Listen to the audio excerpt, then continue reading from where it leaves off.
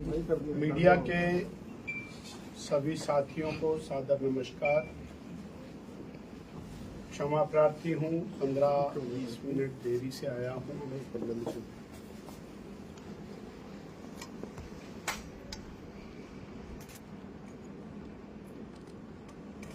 एक कांग्रेस सरकार के द्वारा और कांग्रेस पार्टी के द्वारा भैया बंद कर लो।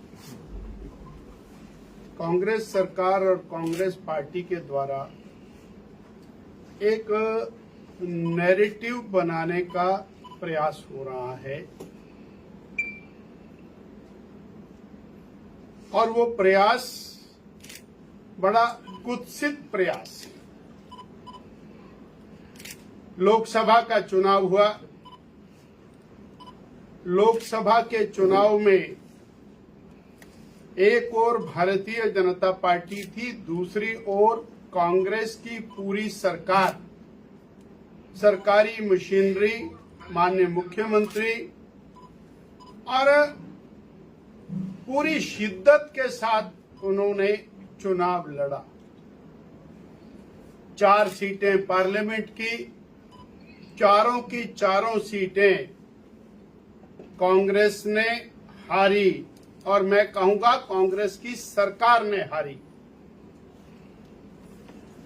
उसके बाद भी वो एक नैरेटिव बनाने का प्रयास कर रहे हैं कि भारतीय जनता पार्टी चुनाव हारी।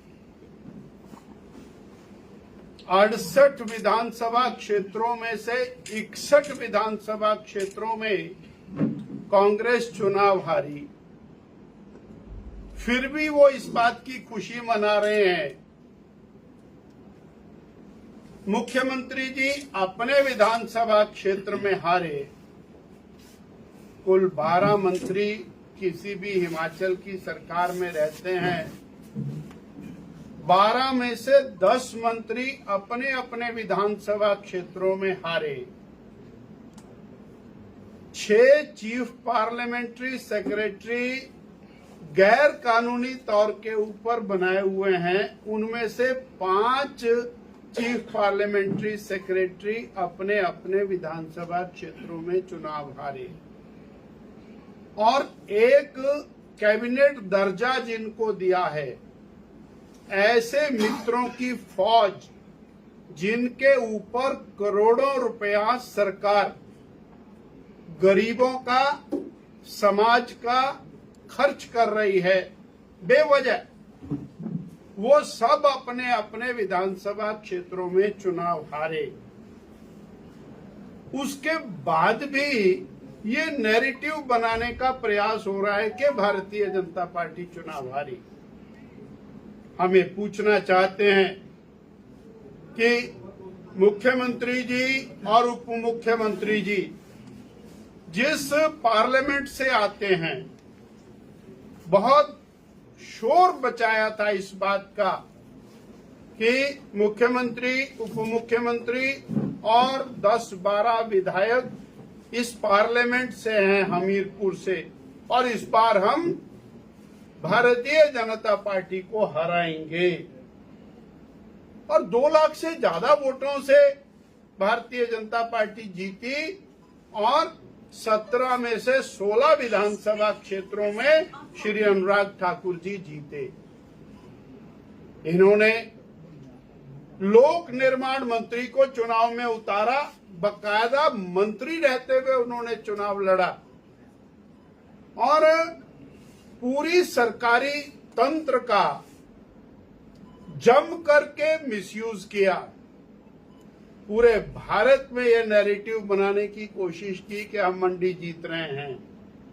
वो मंडी भारतीय जनता पार्टी जीती और शिमला को तो ये अपनी जेब में बांध करके चलते थे कि शिमला तो कांग्रेस जीतने जा रही है। शिमला में 3 एमएलए बीजेपी के, 14 एमएलए कांग्रेस के, वो तो हम जीतने वाले। और कांगड़ा में देश का सबसे बड़ा नेता इन्होंने चुनाव में उतारा।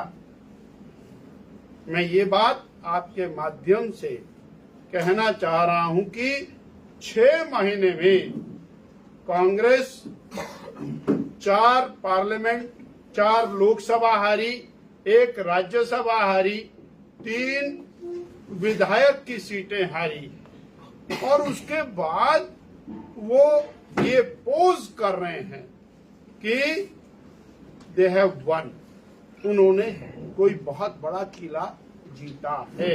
सत्ता में रहने के बाद, पूरी सत्ता को एंजॉय करने के बाद ये स्थिति आई। दूसरा पहलू, यदि वो सशक्त हो गए हैं, ताकतवर हो गए हैं, तो उन्हें जनता का काम करना चाहिए, जनता की सेवा करनी चाहिए। 18 महीने के अंदर प्रदेश और 10 साल पीछे चला गया। एक भी विकास कार्य हिमाचल प्रदेश के अंदर शुरू नहीं हुआ, और अब तो स्कूल बंद करना ये उपलब्धियों में शामिल होने लग गया। एक बार 350 स्कूल बंद किए, उसका बड़ा प्रचार किया। अब 800 स्कूल बंद करने की प्रपोजल बन गई है, वो एक बहुत बड़ा प्रचार हो रहा है, हम राशनलाइजेशन कर रहे हैं। तुम करो तो पुण्य, हम करें तो पाप। तुम स्कूल को और यहां से बच्चे उठा के दूसरे में, दूसरे से तीसरे में, तीसरे से चौथे में 1,500 के लगभग स्कूल हिमाचल प्रदेश के अंदर बंद करने के कगार पर खड़े कर दिए, और वहां अध्यापक भेज नहीं रहे हैं, और फिर बाद में उसकी रिपोर्ट डाल रहे हैं कि यहां से बच्चे कम हो गए हैं, उन स्कूलों को मर्ज कर दिया जाए, उनको बंद कर दिया। 1500 संस्थान बंद किए, वो भी बहुत बड़ी उपलब्धि, उसको भी इन्होंने कहा कि हमने बहुत अच्छा किया।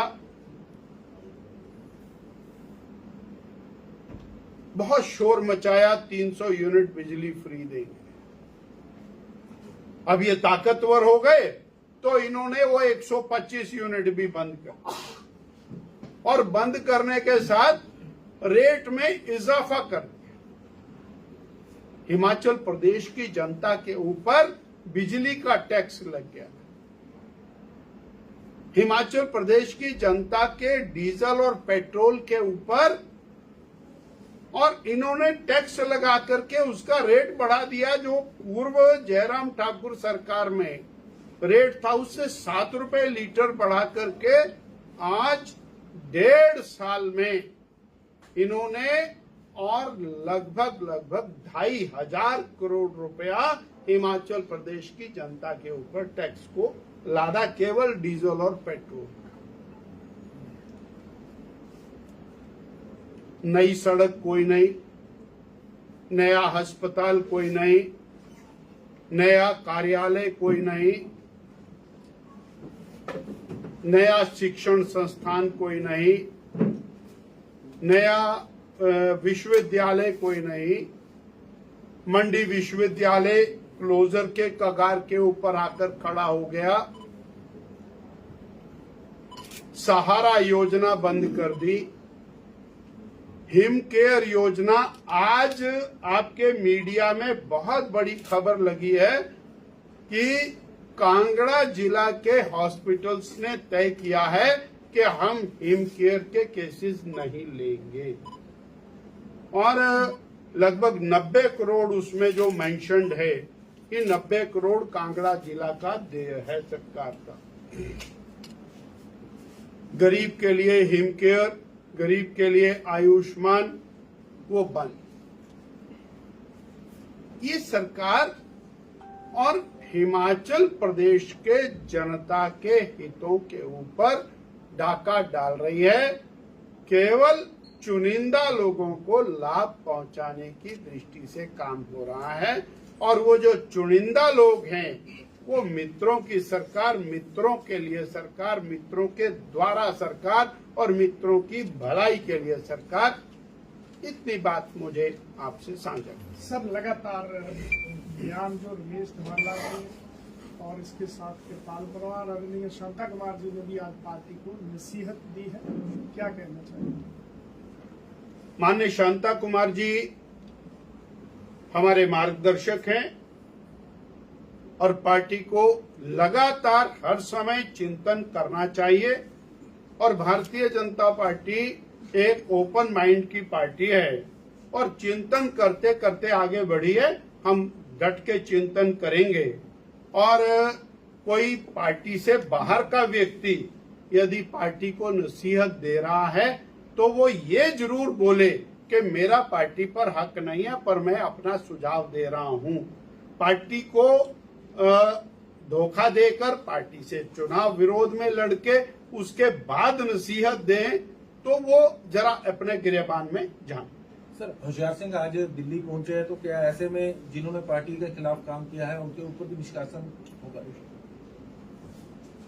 नहीं, मुझे जानकारी नहीं है कि कौन दिल्ली गया कौन नहीं। हमने कहा चिंतन करेंगे जी, क्या कोई कार्रवाई होगी जो पार्टी के खिलाफ बयान दिए? मैंने कहा चिंतन हो।